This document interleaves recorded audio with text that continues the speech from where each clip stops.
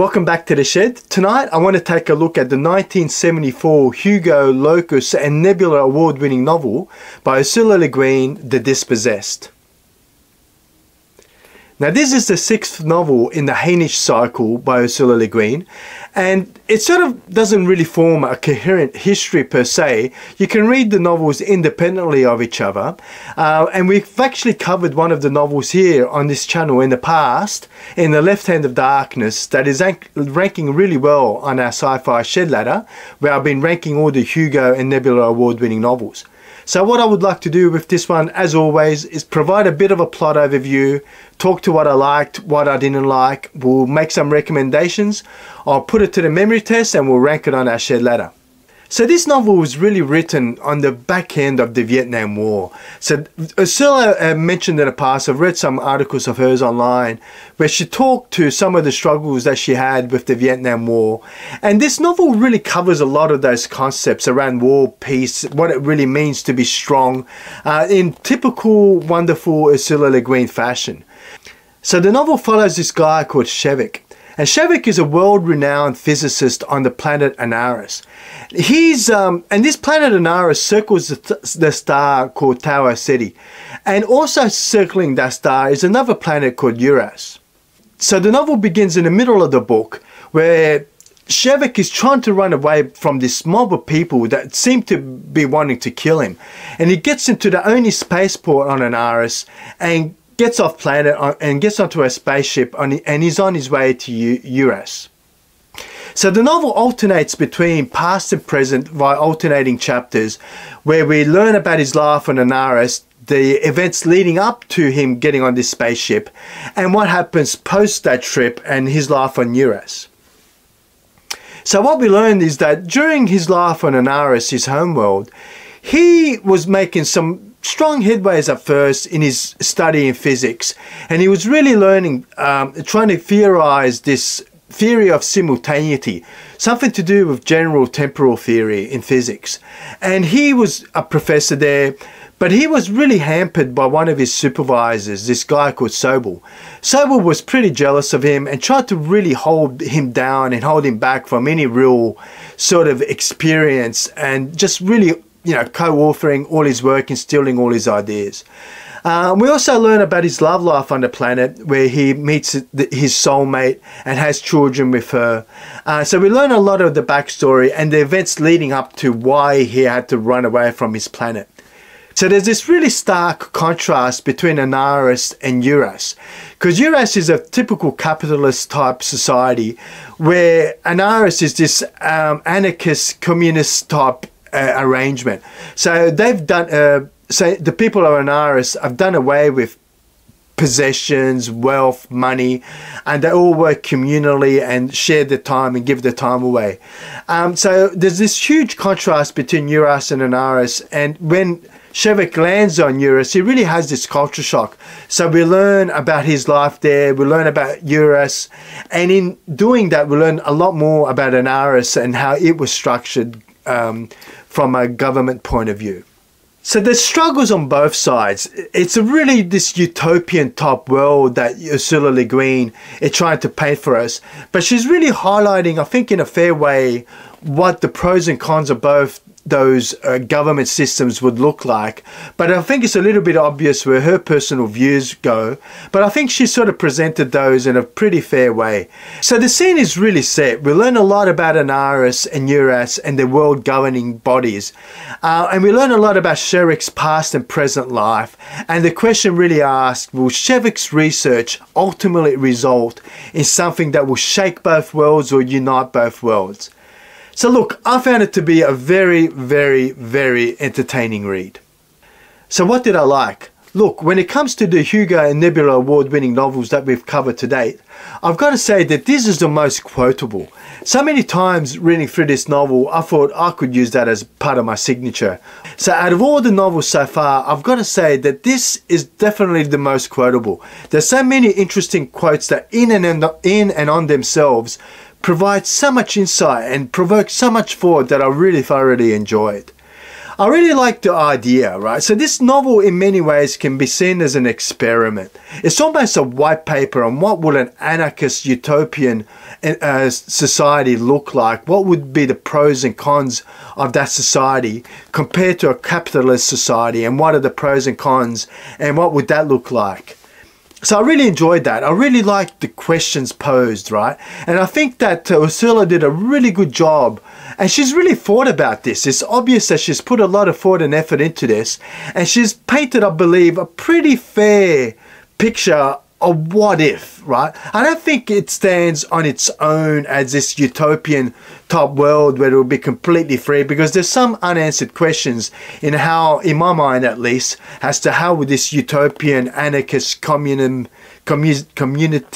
sort of government structure would look like. And some of the stuff that happened in the novel I couldn't quite correlate in my mind, but I did really enjoy that thought experiment, right? I really did enjoy the fact that she's thinking out loud, she's inviting us on that journey, and for us to form our own opinions and our own thoughts. Like I mentioned during my overview, the plot overview, I think she has got a bias, and it is quite fair and see through as to what that opinion is, but I do feel like she presented both sides equally fairly, which I really appreciated. So the other thing that I really enjoyed was the hard science fiction elements. So we're talking about, you know, theory of relativity and theory of simultaneity, general principles of whatever they were called, right? It's full on deep technical, highly technical stuff. But what I really enjoyed that she hinted at these really complex, you know, physics examples, but she broke them down in a way that were just very understandable, right? It wasn't hard science fiction, even though it really talked to hard science fiction themes. So I really enjoyed that she's, you know, really thinking and stretching the boundaries of most people, myself included, knowledge in these areas. But you really didn't need to be a physicist to understand the principles that she was trying to convey. So I really did enjoy that. I always enjoy when you get, you know, novels that talk to really difficult hard science fiction, but break them down into very simple ideas that we can all consume. So the other thing I really enjoyed was Shevik. I thought he was a really interesting character. I really liked the way we were brought on that journey and really got to understand what made Shevik tick. And some of his pressure, some of the pressure that he had and how he tried to navigate through that. And I think some of us can relate to his life, that we can relate to, you know, having a family and having children, having to provide for them, having to work and find that your work is not really going anywhere, and you're asking yourself, you know, is this where I want to be? Is this where my career needs to be? And ultimately make a decision that will pivot you one way or the other. So I really enjoyed that Shevik character. I found him to be a very believable character. I will say though, Shevik's character was not consistent with what some of the other characters we saw in the novel, which is a great lead into what I didn't like in the novel. So I found that Shevik, like I said, was a really great character in the novel, but I did find that some of the other characters weren't as strongly developed, and you definitely didn't build the rapport that you did with Shevik. So that, look, that's just a minor criticism there. One of the things I would also say is that the plot didn't really build a whole lot of tension, nor was there a whole lot of action in it as well. Now, not every single book needs to be this hard sci-fi, hard action-packed novel, right? It doesn't always need to be, but sometimes I did find myself the novel reading more like a thesis on some world government structure and the pros and cons. Then it felt like I was reading a story. Mind you, it was a very enjoyable thesis. I really did enjoy the concept, but sometimes I just felt like I was just reading a really interesting paper more than I was reading a really interesting book that took you to this, you know, conclusion. So I just don't think it really had a whole lot of build up and resolution to any kind of conflict. I thought it was very evenly paced, but there was no real build up of tension or action in the plot for me. But look, that's not a huge criticism. It's just an observation, honestly, because it didn't deter me from my full enjoyment of this one. So when it comes to the memory test, I read this novel around about the same time I read Ursula Le Guin's The Left Hand of Darkness. And that was actually the very first video I did on this channel over a year ago now. And I made a comment at the time that if The Left Hand of Darkness felt like a brand new book, there was not really much, unfortunately, I recalled of that novel after, 15 or 20 year hiatus that I had from the novel. But I didn't find that to be the case with The Dispossessed. Straight away, I remembered Shevik. Straight away, I remembered the concept, of the different world governing bodies and how that these two worlds operated and the conflict that Shevik was trying to drive at. So I did remember those core themes quite well, which was definitely not the case with The Left Hand of Darkness. So I've got to say, from a memorable novel, it definitely was that for me, much more than The Left Hand of Darkness. Which also sort of leads straight into the recommendations. Look, I really enjoy Ursula Le Guin's writing, and this is definitely no exception. Like I said, I think this is one of the more quotable books in the lineup that we've read so far on the Sci-Fi Shed Ladder, and I thoroughly enjoyed it. I really did enjoy the concept, the thought experiment around these two world systems and what the pros and cons are. So it's a highly recommended novel, especially to Ursula Le Guin fans.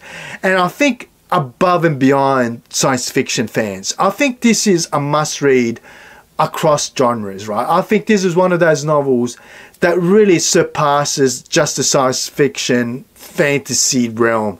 I think it stands on its own as a great work of fiction that will be thoroughly enjoyed by people who have never read science fiction in the past.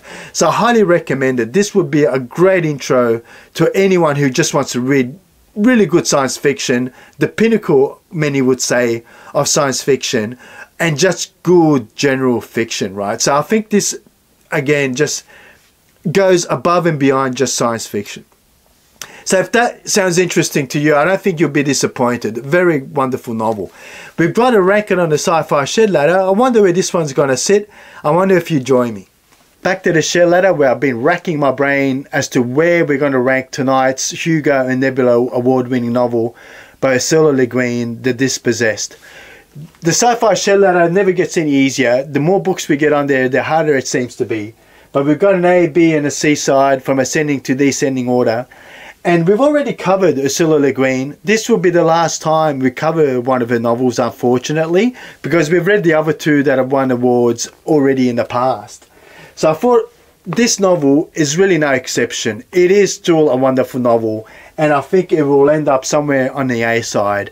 And I thought a good place to start is where we left Ursula Le Guin last time we visited this channel, on Tehanu by Ursula Le Guin, the 1991 Nebula award-winning novel.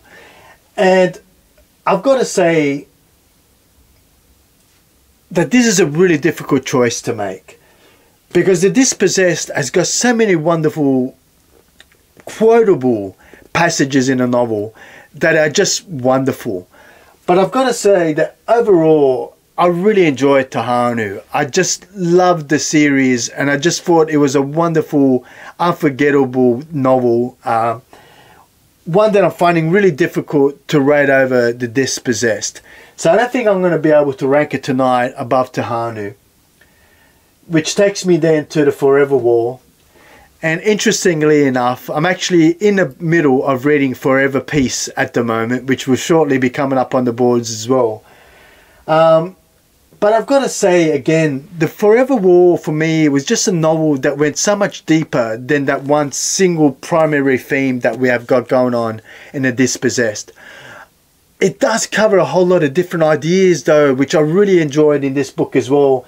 And in so many ways, it does go deeper than what appears to be the case of A Tale of Two Worlds on face value. Because it really does challenge the concept of freedom, and where do you really get freedom? The concept of strength, the concept of wealth, right? It really asks all these wonderful questions that don't, sometimes they're one-liner, but you'll be seriously thinking about it for days, those particular concepts. So it has strong overall concept, but just little gems just thrown in all through the narrative that I really enjoyed. So in many ways, it's very similar to The Forever War. And I've got to say that Ursula's plot, though, in this novel didn't quite have the same impact that the Forever War had. I really enjoyed the Forever War for that really strong concept about war and what is it good for, to steal a line from Seinfeld, that I really enjoyed, that I'm going to have to say they're almost on par, but I'm going to have to give it to Joe Haldeman's The Forever War, which takes me to The Left Hand of Darkness. And where do we rank this, above or below The Left Hand of Darkness? Now, this novel, I think, in just about every single forum that I've ever seen, any top 10, top 100 list that includes Ursula LeGuin will always include The Left Hand of Darkness as well. And the two novels are just so great that they really do need to be read together.